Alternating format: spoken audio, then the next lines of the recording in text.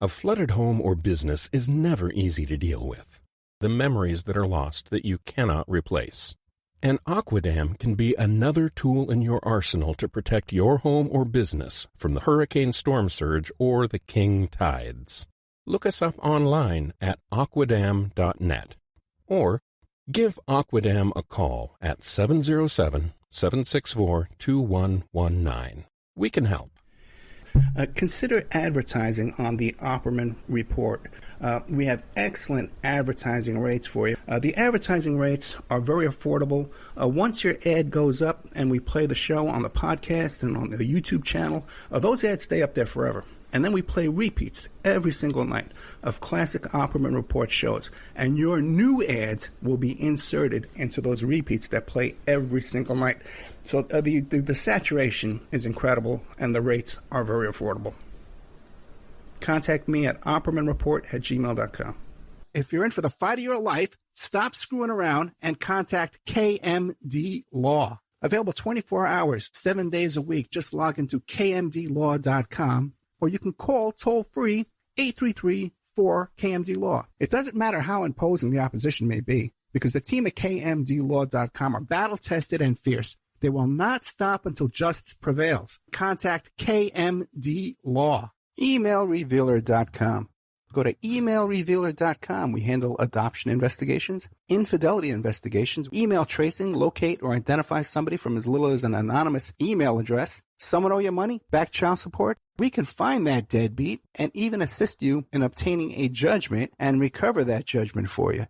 Emailrevealer.com. Digital forensics, computer forensics, cell phone forensics, recover deleted text messages. Create a report that you can use in court. Emailrevealer.com, 800-572-9762. Hey guys, if you like the show and you want to show your support, check out the Opperman Report Patreon. We have all the shows that you hear Monday through Friday on AM/FM radio, but we cut out the ads, so you can hear that content ad-free. The Opperman Report Patreon, you should stop there once a day and check out what's going on over there. That's Opperman Report Patreon. It's the Opperman Report. Join digital forensic investigator and PI Ed Opperman for an in-depth discussion of conspiracy theories, strategy of New World Order resistance, high-profile court cases in the news, and interviews with expert guests and authors on these topics and more. It's the Opperman Report. And now, here is investigator Ed Opperman.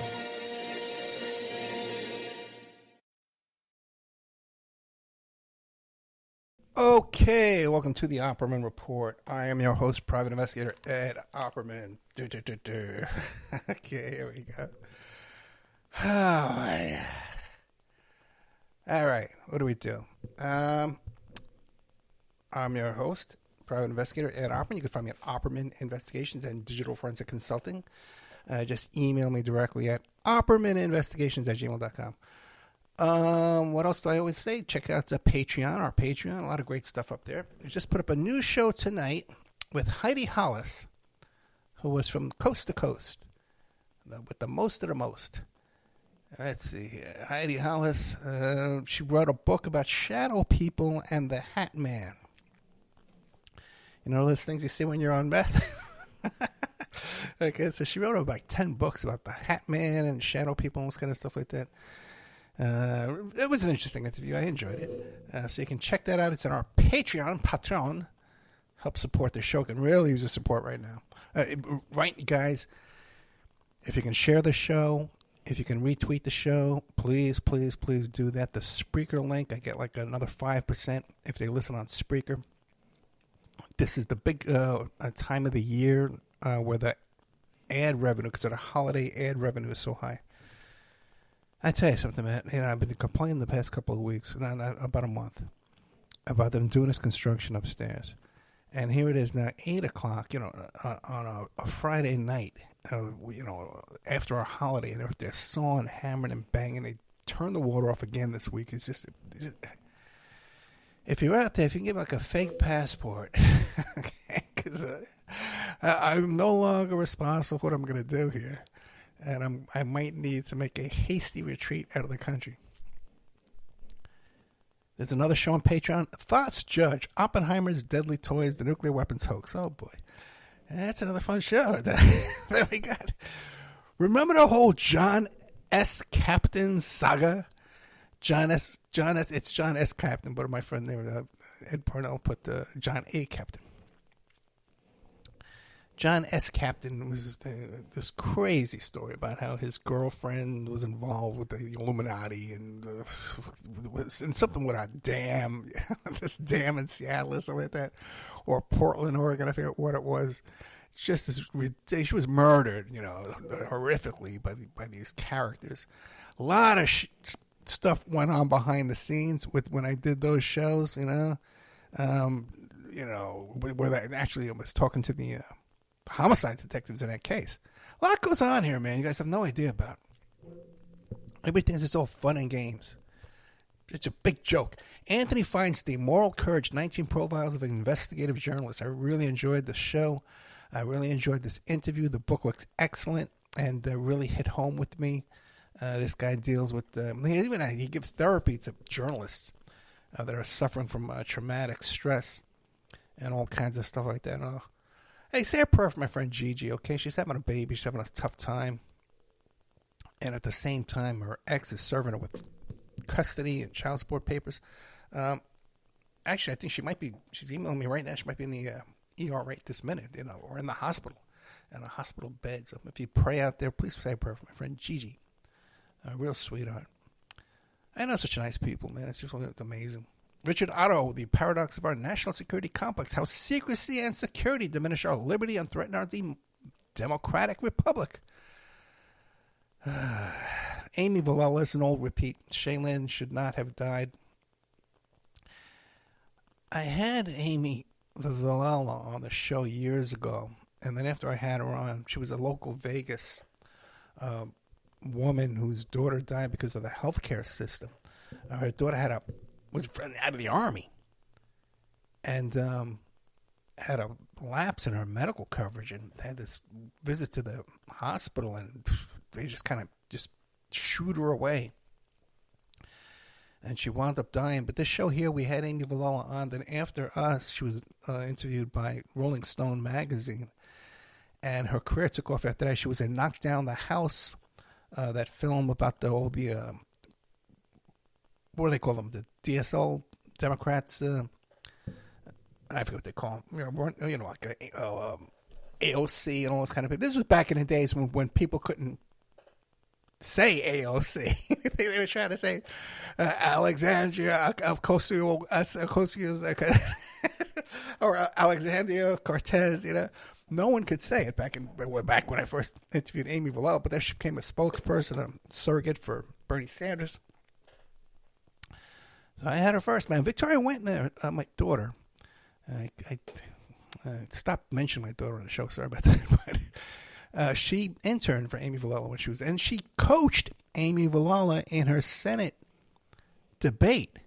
Okay, my kid coached a person running for Congress in their congressional debate when she was like in high school. She was like 17 years old. Okay. I'm going to have to get them some dynamite or something upstairs. And then they did something too where now when they turn on the water up there, it's like every time the water goes on, man. I'm going to have to move. It's just a nightmare. Right during my show.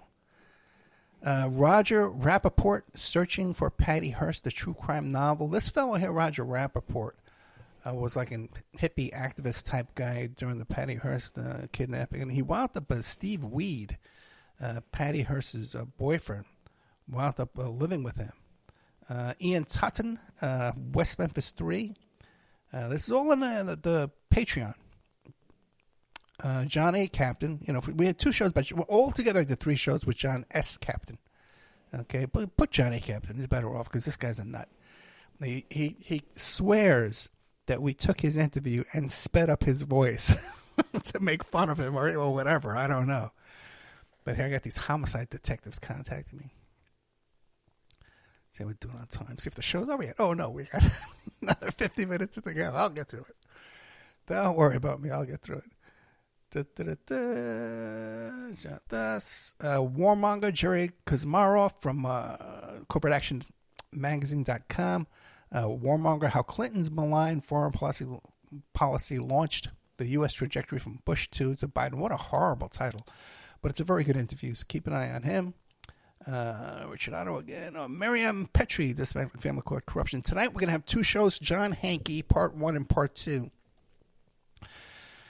And it's all about his new documentary film that came out. Let's see what it's called. It's called Breakthrough, the documentary about the John F. Kennedy assassination. People are very excited about all the repeats I played this week of all the interviews I've done about the JFK assassination, which so many of them are with people actually involved or know directly people involved. I don't know where you're going to find that anywhere else. All these people I found, out of nowhere, or I knew them as a child. So I don't know anybody can top that kind of work, Of course, there's you got your, I hate to say the JFK hacks, the JFK researcher community, that are all this incestuous bunch and they're all fighting with each other and bickering over, how many times did the Umbrella Man open and close his umbrella, and all this wacky stuff, man. But I've brought in some new people into the arena. Yeah, who cares, right? 10 years of hard work, man. And where's it gotten me? Really nowhere. People hammering over my head 24 hours a day. So John Hankey tonight. Then I'm doing an interview with a woman who lives there in East Palestine, where that train derailment took place. And you get a kind of an idea of what the hell they went through over there, what they're still going through over there, and how this train company pretty much just bought up the town, man. They're the cheapest thing to do it is not settle all the people. Just buy the mayor, buy the police, buy the fire department. Buy them. And then just treat them like crap. So we got that there. Okay, check out our TikTok, Ed Opperman TikTok. If you're out there, you want to help the show, you want to help out your old buddy Ed Opperman, shows up here for work, 10 years without missing a day. Brings us some of the best exclusive stuff out there we've had in the past 10 years. Originated content and topics and categories of this kind of show. People, there's 100 people out there who are now doing the work that I made popular. Some of it's complete disinfo, some of it's just stupidity, some of it's garbage. The rest are okay. Okay, all right. But if you want to help out, I need people to volunteer and help me make TikToks and Reels to drive traffic to the podcast during this high revenue Christmas season. Very important. We got a chance to keep this thing going. Otherwise, man, everything may come crushing down. And I would say by February, that would be it. Even as it is, it's looking bad. I got offered this job to do like polygraph work. And it's a decent paying job. I can still do what I'm doing now. I can keep my PI work. I can keep the radio show. I would have to relocate. It would be like a routine. I'd have to work, on a routine, on a scheduled routine. The straw that's breaking the camel's, the deal breaker on this deal. The guy who owns the company is a good guy. I like him. He does a lot of criminal defense work, and a lot of other stuff kind of work too. But he does screenings for national security clearances, and he does work too for prosecutors. And I've never worked for either one, and I can't do it. I just can't do it. And it's interesting too. I wasn't going to talk about this at all, but I told him that I said, first of all, I can't do it because of my conscience. I'm not going to work with a government. I want to work for intelligence. And then I said, God forbid, if people found out, my whole legacy would be destroyed. My whole, my work of, counterinsurgency, my revolutionary work, my agitation, my activism would all be for naught. My whole reputation would go down the toilet. And he goes, "Oh, Ed, man, those people, they don't give a damn about you. They don't give a damn about your show, but all those people, those social justice and all those kind of people you fight for, man. They don't. What do they do for you? Do they support you? Nothing. Did they put up money in your pocket? Did they give you a paycheck? Nothing. And it's hard to argue. It's hard to argue with them, you know. But still, that is just my personal conscience. I cannot work for the man. Not gonna do it. I'll die hungry and with syphilis. You know? Oh God! I'll go out like Hemingway. I forgot. The name of tonight's show was about the Trump Gone Wild. Last week, the title of the show was about Trump Gone Wild. I was going to do this whole thing about the Trump mistrial motions he filed in his $250 million Letitia James, New York City civil lawsuit there. And comparing that to Joe Francis from Girls Gone Wild, and when he had his wild litigation down in Florida. But I got so caught up in the glory holes. Oh my God! If you haven't heard that story, go back and listen to it. Even I went back and listened to it. It was so funny. And what happened was I got these crazy people, and they're not all crazy. There's a bunch of crazy ones, and then there's people that are weaponizing these crazy people with the connections to all kinds of nasty folks out there. And so I caught one of them posting online about his interest in glory holes, which is like this homosexual thing that men do. They go to these bathrooms, these rest stops and stuff like that with a hole, where they did, waist high, and the other guy's on the other end on his knees. And I tell the whole story there. And I know who it traces back to. And you would think that these people, they would hear this and they would feel some kind of shame or humiliation or something like that. But no, they double down. And their friends don't care. Their friends know that their other friends are these sexual perverted deviants. Everybody do whatever you want, but come on, it's pretty disgusting behavior, man. Sticking your thing through a hole in a wall for some stranger. I don't know how you could hold your head up doing that, man. I'm a pretty liberal guy. Okay, I'm a pretty live and let live kind of guy, man. But that's some pretty, I don't know, raunchy, whatever that is, So I call this guy out on the air. I don't name him by name, but these are just the guys I think of. All his buddies know it's him because they're spamming my couple of my pages on Facebook and stuff like that with all this stuff. Just unbelievable, man.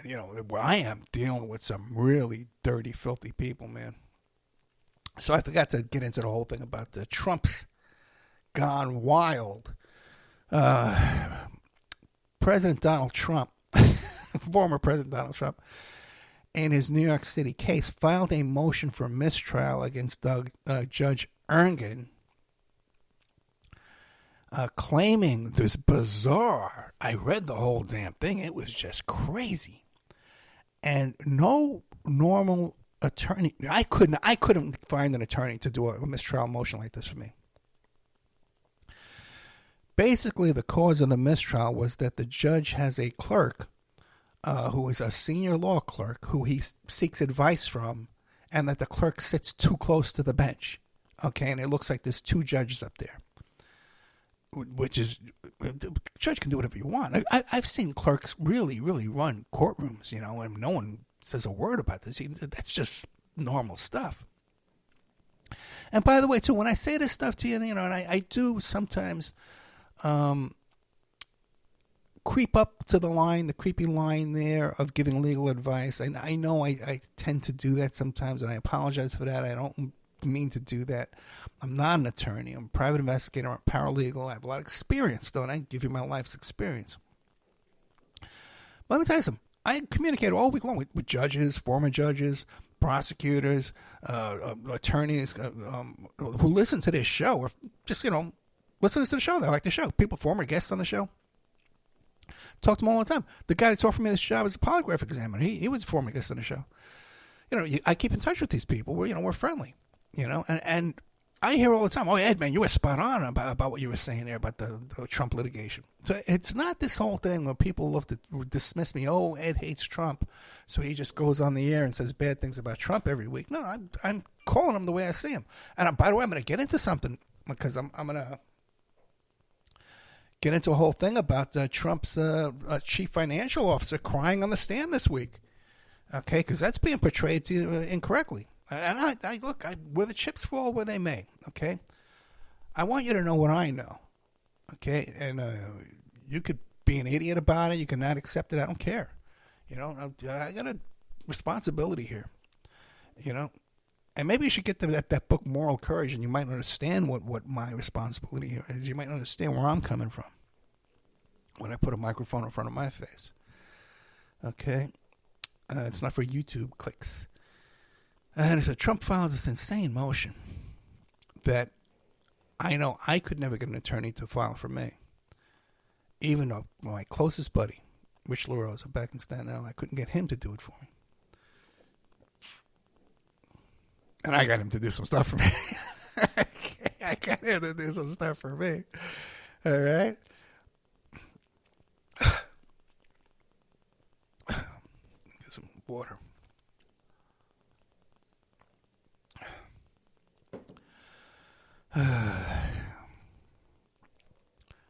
But it reminds me, I'm calling it Trump Gone Wild. It reminds me of the motions I used to see that Joe Francis was filing in his defense down in Florida. I forget what it was, like Daytona Beach or something like that. It was around 2005 or something.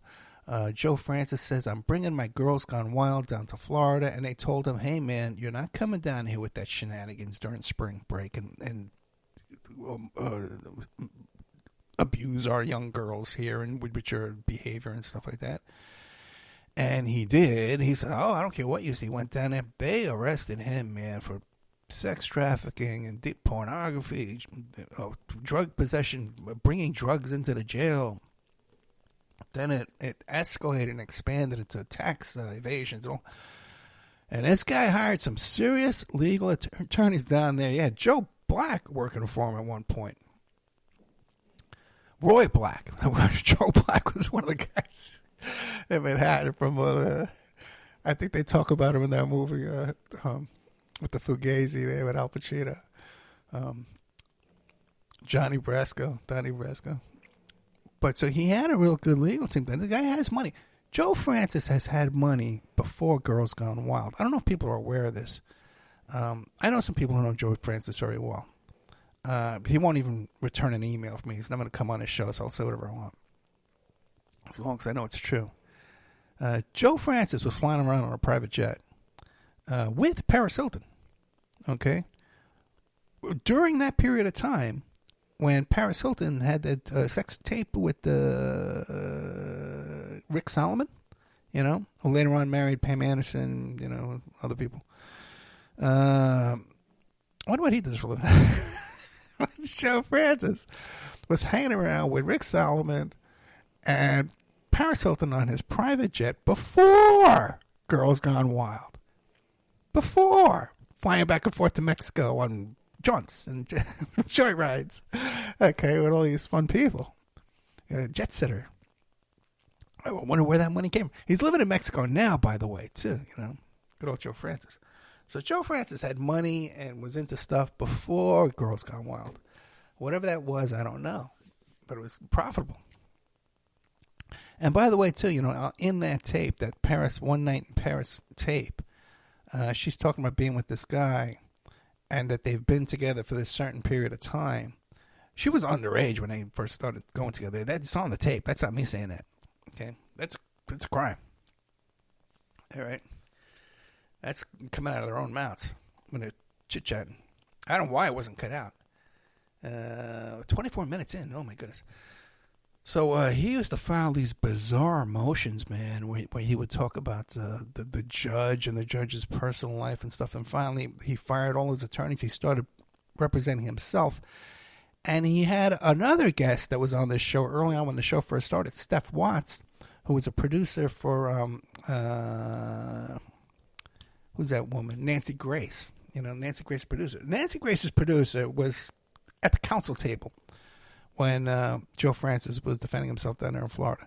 So Joe Francis, he got hit with like a huge multi-million-dollar tax fee. Still hasn't paid it off yet. There you go there with the Trump's gone wild.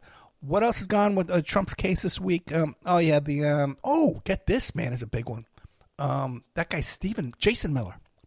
Jason Miller, who was, I think he was Trump's digital marketing guy, something like that, right? For the campaign. He's a surrogate, though, for sure. A high-level surrogate.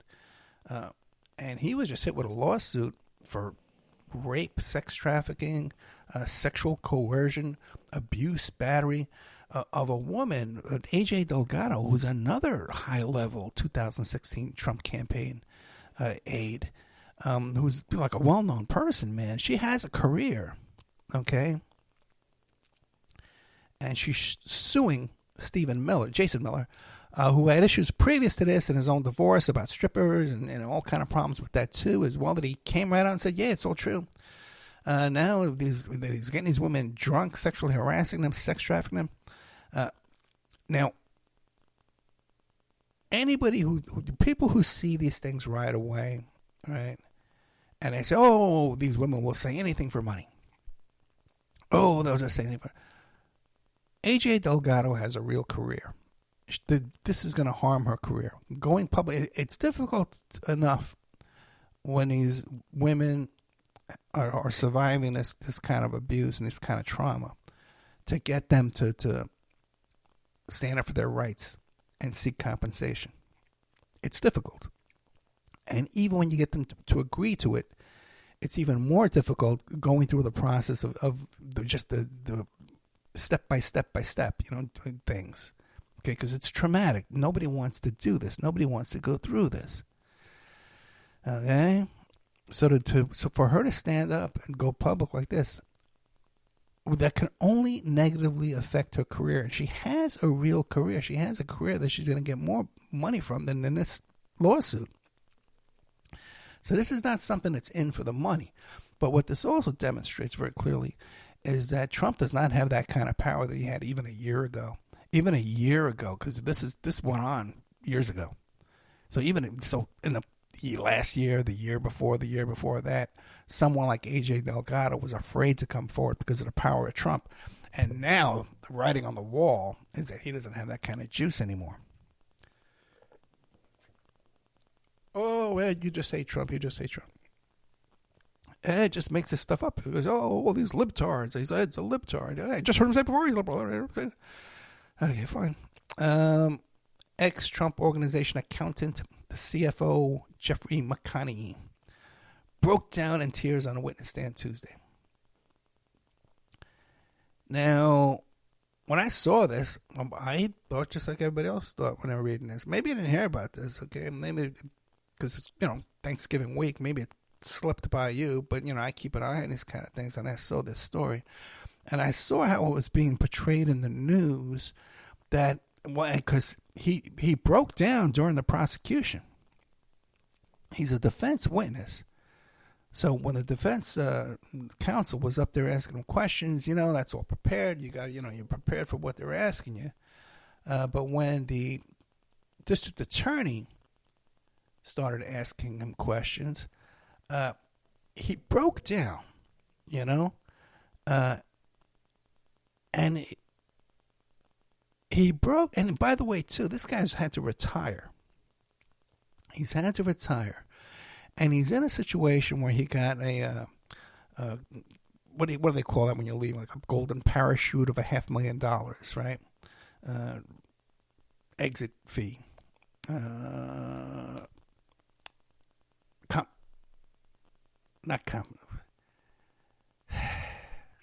Anyway, you know how they give you money when you leave a place.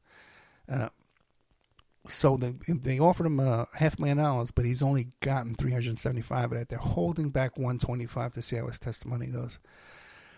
So he's got all that pressure. Now, while he's here testifying for the defense on all these matters here, the prosecutor's office is subpoena him and records and stuff like that for possible criminal charges himself and for future criminal charges that could be coming down the pike. And guess what? They could be coming down against Trump Jr., and Eric too as well. The same fraud charges now that are now in civil court could wind up in criminal court. I'm telling you, man, this is a very, very ugly situation. But the impression I got from a friend of mine who's in that courtroom, who saw this guy breaking down, and she said, Ed, let me tell you something, man.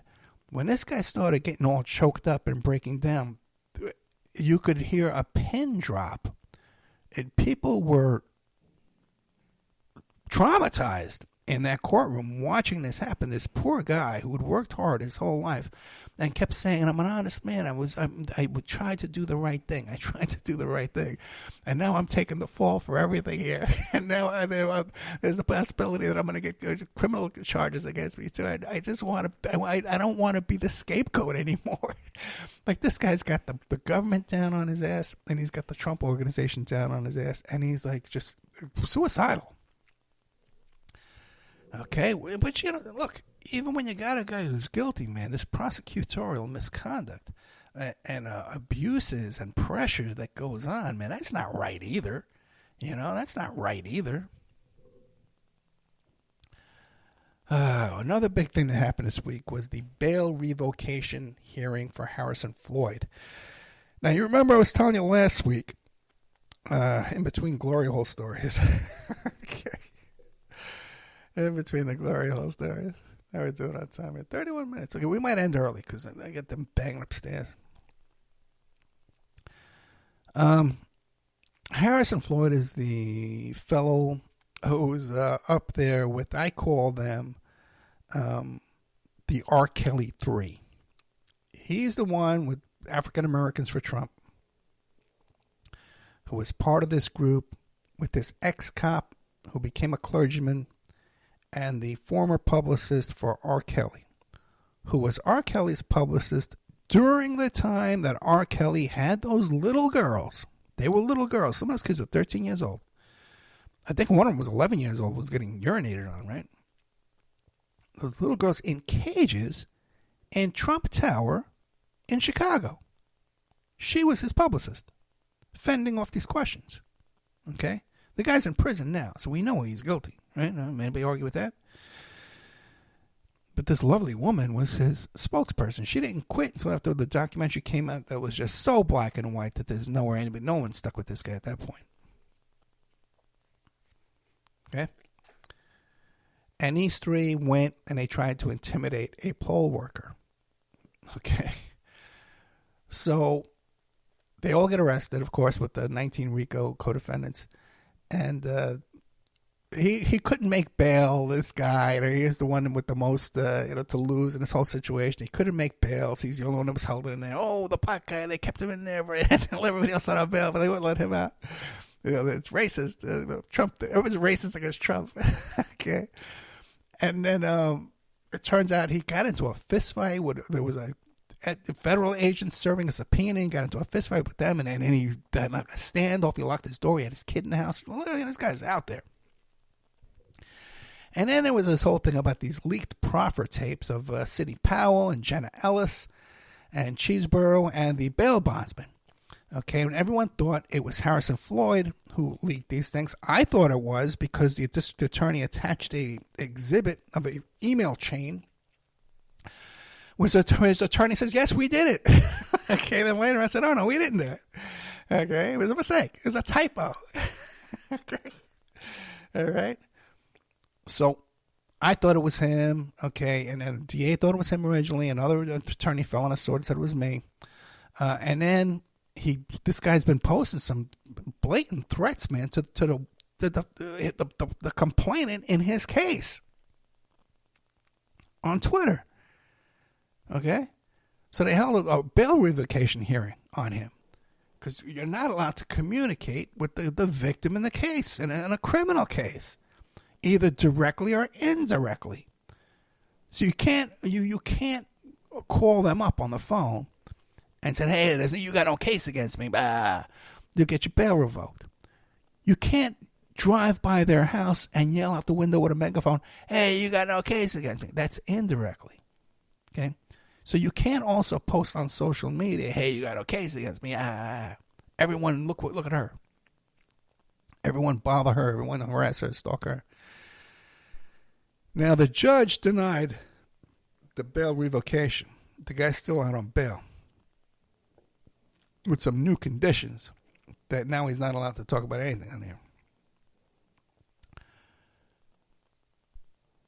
The only reason why, in my opinion, because I watched this hearing live, that his bail did not get revoked is because of bad lawyering. All around. The prosecution put on this district attorney investigator who wasn't paying attention to the questioning, and was his answers were just horrible. This guy just wasn't paying attention. Okay. Then they brought on an attorney for the woman, the poll worker that was being stalked. He was a mess. This guy was a horrible witness too. They were just everyone in that hearing was just a horrible lawyer and a horrible witness. But the worst one, the very, very worst, was Harrison Floyd's own lawyer, who at one point described the body cams, because when they made these threats against this poll worker, they did it at the police station in front of a cop, because the only way this woman would meet with them is in front of the police. Thank God for her. And the cop has his body cam on while she's, the R. Kelly publicist, is telling her, if you don't cooperate with us, you're going to lose your freedom. We're going to kidnap you, or we're going to have you arrested in some kind of way. Unbelievable. But this genius Harrison Floyd, his genius attorney at this bail revocation hearing, describes the body cam video of recording the threats. He says that the guy says that there's a video of his client threatening the victim in the case, which is basically what he's on trial for. So, if this guy's going to do this during a bail revocation hearing, I can only imagine what he's going to say during the actual trial. But anyway, you would think this is such a historic, significant case that they'd bring in some 18 lawyers, man, to work on this thing. I don't know what's going on. Kind of makes you wonder, man, like, is the fix in? Is the fix in with all this stuff? Is Ed Opperman like a stupid idiot? And I'm not, no one's tipped me off, like everyone's playing, when you're at that poker game, you don't know who the sucker is, it's you, Oh, God, look around the room, man. If you don't know who the guy is, it must be you. So that's the motion to revoke the bail. And let's see. There's a whole bunch. Eric Adams, the mayor of New York City, was accused of sexually assaulting a woman in 1993. That came out this week. Cuomo got sued for another sex assault. Turns out that a friend of mine that used to work for me is very close to the Cuomo. She's very close to one of the Trump daughter-in-laws, too. So I'm getting a lot of behind-the-scenes gossip from all that now. There's really nothing I can share with you without, I tell you, I saw this thing about there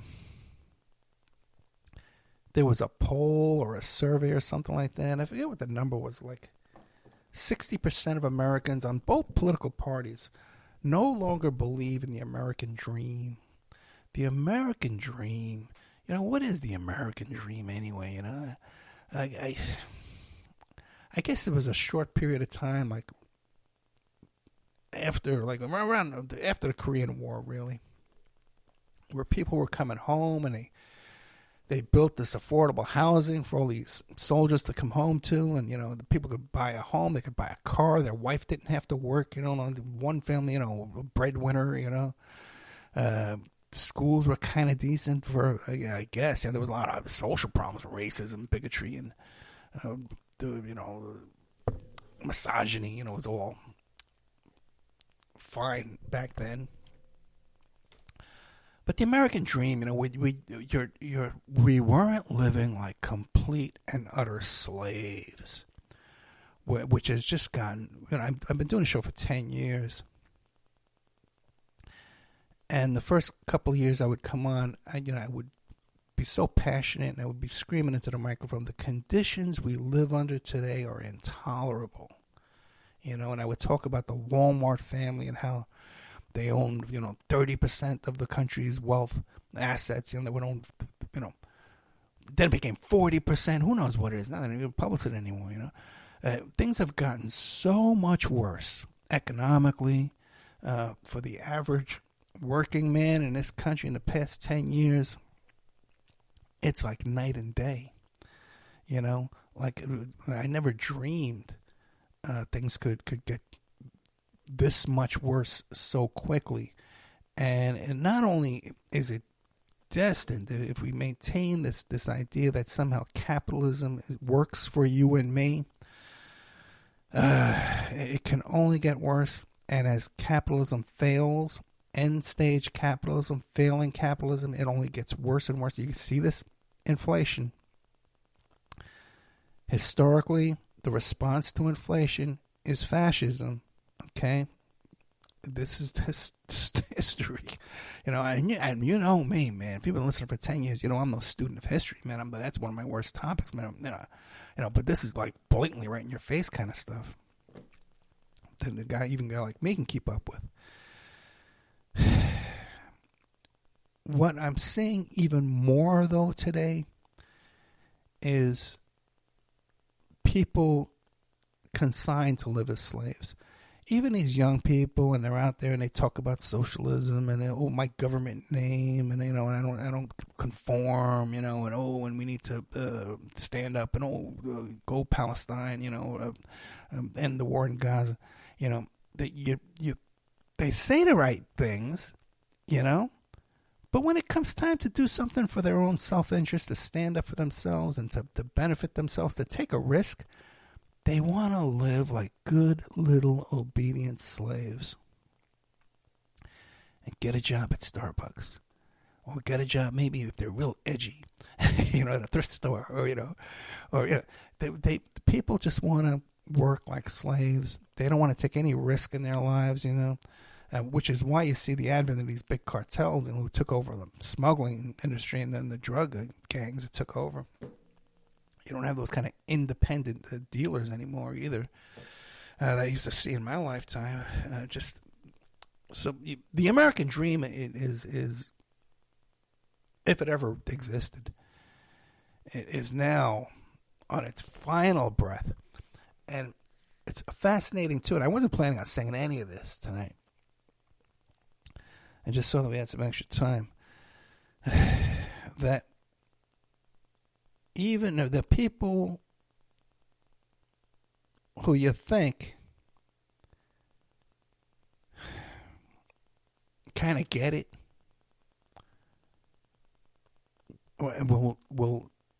we cannot comply. Do not comply with the face diaper.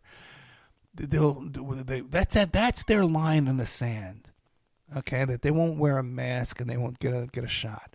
Okay. But when it comes up to standing up for their financial interests, these same kind of people will say, the media is wrong about this and they're lying to you about that. And but when they tell us capitalism is good and God forbid socialism is bad, that's they're all along with. Okay? The enemy is the conditions we live under is slavery, and that's just inching us toward socialism. And God forbid we should ever get to socialism, because it might be as bad as we have it now. Okay? There's a chance it could be as bad as it is now. Everything that we're living under now is horrible, but it can only be worse if we're working for ourselves and keeping our income. Just insane. The brainwashing, man, and the mind control is just so out of control. And then they're going to lay their line in the ground, and I'm not putting on a mask. I'm standing up. Do not comply. Ha, ha, ha. What are you going to do? Jamie Foxx has some kind of a sex abuse thing came out too. And Sean Puffy Combs hit with his third claim for rape and choking. People ask me to tell my story about Sean Puffy Combs. I'm going to tell you it now because he's too busy to sue me.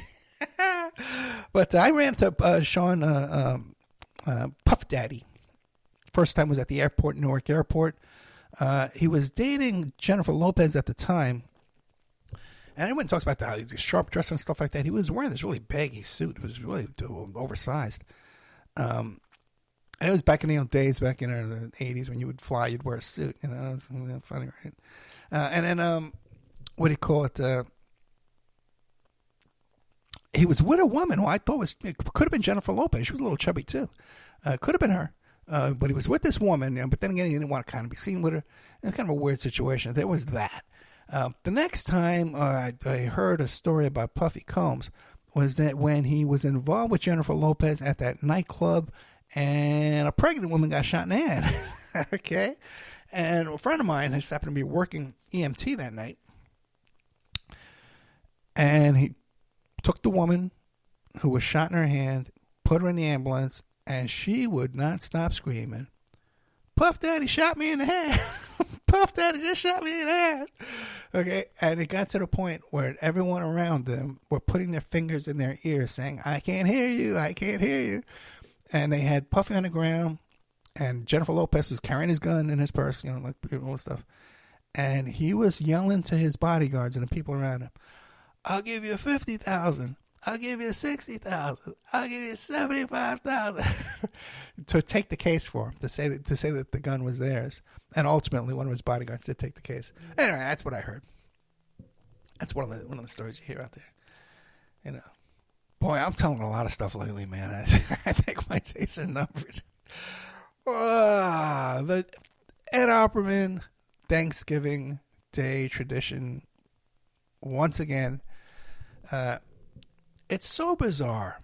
I don't know, man. I just don't know. This has been my whole... I can't just say it's on the radio.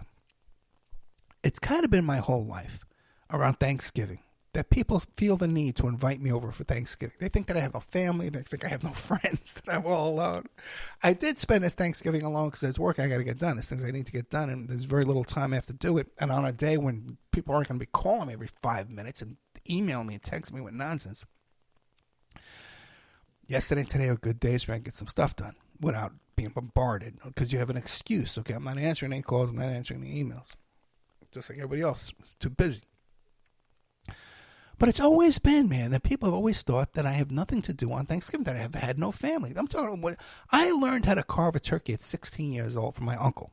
Okay? My Cuban uncle taught me, because he worked at the Astor Hotel, and he taught me, I was like a waiter and stuff like that, a maitre d' and things. Worked his way up in the restaurant business. And he taught me how to carve a turkey. He said, "I want to show you how to do this. You learn how to do it." And I learned how to do it. From that year on, I carved the turkey every year for my family. Then I learned, because, I lived, I'm a bachelor kind of guy. I cooked my own meals and stuff like that. I learned when I first got married, and my daughter was very little.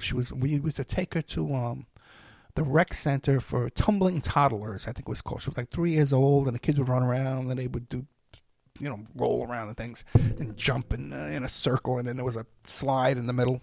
And I was the only father there. There was only me and moms. Okay, God.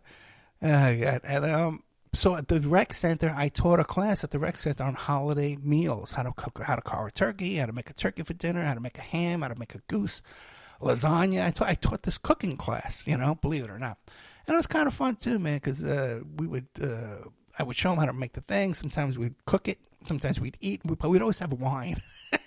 We'd always have some wine at the class. And I got paid to do this. I charged, how many memberships, students would sign up for the class. Did a couple of years in a row. And then, the parenting takes up too much time. But it was a fun little thing I did, So I know how to cook all these things. People think I don't know how to cook. Are you crazy? Ed Opperman doesn't know how to cook? How could you even think that? Well, when my kid was little, all her friends, I made 3 meals a day for this whole neighborhood and all her friends, But even when I was a young guy, I told that story about how I ran into Pete Seeger a couple of times around Thanksgiving time. And, I ran into him like right before Thanksgiving. I said, "Oh, do you have any plans for Thanksgiving?" He goes, "Oh, no, but why don't you come out with us?" And it turned out he had a place on Staten Island with his wife, Toshi. I think her name was Tashi. And they had Thanksgiving dinner on Staten Island in Westerly. And I remember going there with my girlfriend, April, and bringing wine, big jug of wine. We bought a bunch of pot and stuff like that, too. And I had Thanksgiving dinner with my family, but Pete Seeger, I didn't think he had a place to go for Thanksgiving. And he didn't think I had a place to go for Thanksgiving, so he invited me to his Thanksgiving. I'm not going to turn down a Thanksgiving dinner with these cool old folk singers, man, I told the story a couple of times before. And then there was another time, too, where when I was in the beeper business and these people I was business associates invited me to Thanksgiving dinner, thinking that I had nowhere to go. I had no family, I had no friends or anything. And another time, I went to one of those places where they help you write out your resume, and that guy invited me to Thanksgiving dinner with him and his wife. They thought I had nowhere to go. I don't know what it is. I give off this impression, or people who think I can't cook for myself. I'm some kind of lonely bachelor here, dying alone with my cat. I don't know how I give up that vibe, except that I can't share on social media anybody I'm dating, man, because I got these crazy people out there who are obsessed with my personal life and stalking people in my life. It's just insane. And there's no way, man. There's just no way that this is just like ragtag people doing this, man. This is finance. This is government, not government. This is capitalist government intelligence operations. But every single year, I've been doing this for 15 years on social media. In the morning, what I'll do is I'll post this little thing saying, "Hey, how long does it take to defrost a turkey? I took this thing out of the freezer 2 hours ago." Okay? And I've been doing this so long that people on Twitter and Facebook, now they know the joke, okay? Enough people know the joke, but there's still a few people on my regular Facebook who still don't, they think, "Oh, Ed, he doesn't know how to cook. Oh, that man, that single bachelor, he doesn't know how to cook a turkey. I better tell him how to do it." They'd be, "Oh, Ed, it takes 3 days to defrost a turkey. Let me tell you how to do this." "Oh, Ed, you can put it in water in the sink and that'll make it defrost." Like, I don't know this stuff. So there's a small town here in Florida that I frequent, and I belong to a group on Facebook in that town. And so I did it there this year. 300 responses. So they're telling me, "You have to take that turkey out like 3 days ago." So I go, "I did take it out. I took it to the movies. And then I took it for drinks." Or another one was, "It takes days. You have to leave it out for 3 days." How does a turkey know if it's day or night? How does it know if it's days? What are 3 days? Oh, well, so over and over and over. It was really funny, man. And you're trolling these people. They have no idea, half of them. And then they all start catching on, and they all act like they're in on the joke. So that was my Thanksgiving. But guys, don't worry about me. Trust me, I'm not lonely. Okay, I'm not a lonely guy. All right. I could use some help, that's for sure. I don't have the kind of help that I had back in Vegas, that's for sure. But I'm not some lonely guy with cats and sitting with my TV dinner. All right, let me get out of here. I'm playing John Henke twice tonight, part 1 and part 2. And then I think I am going to play that, if I'm still up. I'm going to play that thing with the East Palestine. I got to get that show out there, man. I got a lot of new content coming in. I taped a lot this week. All right, guys. Happy Thanksgiving to you. Boycott Walmart, okay? Boycott capitalism, period. All right, guys. Good night. Love you so much. Check out my Opperman Report TikTok. That's if you can go there and build that up for me, retick it and talk it, share it. Put the reels up on your Instagram and stuff like that. That would be great, promoting the show. If you could retweet the link, the Spreaker link, man, that would be great if you could help me out with that right now. If you can help me make reels and TikToks, I could use that kind of help too. You just want to send a donation, never turn that down. Some guy sent me $40 today, man. Thank you so much. Okay, that's how rare a donation is that I've gotten in years. And if I want to advertise on the show too, man, we've got on a lot of stations. A lot of people listen to the show, that's for sure, man. Don't leave me alone. All right, guys, good night.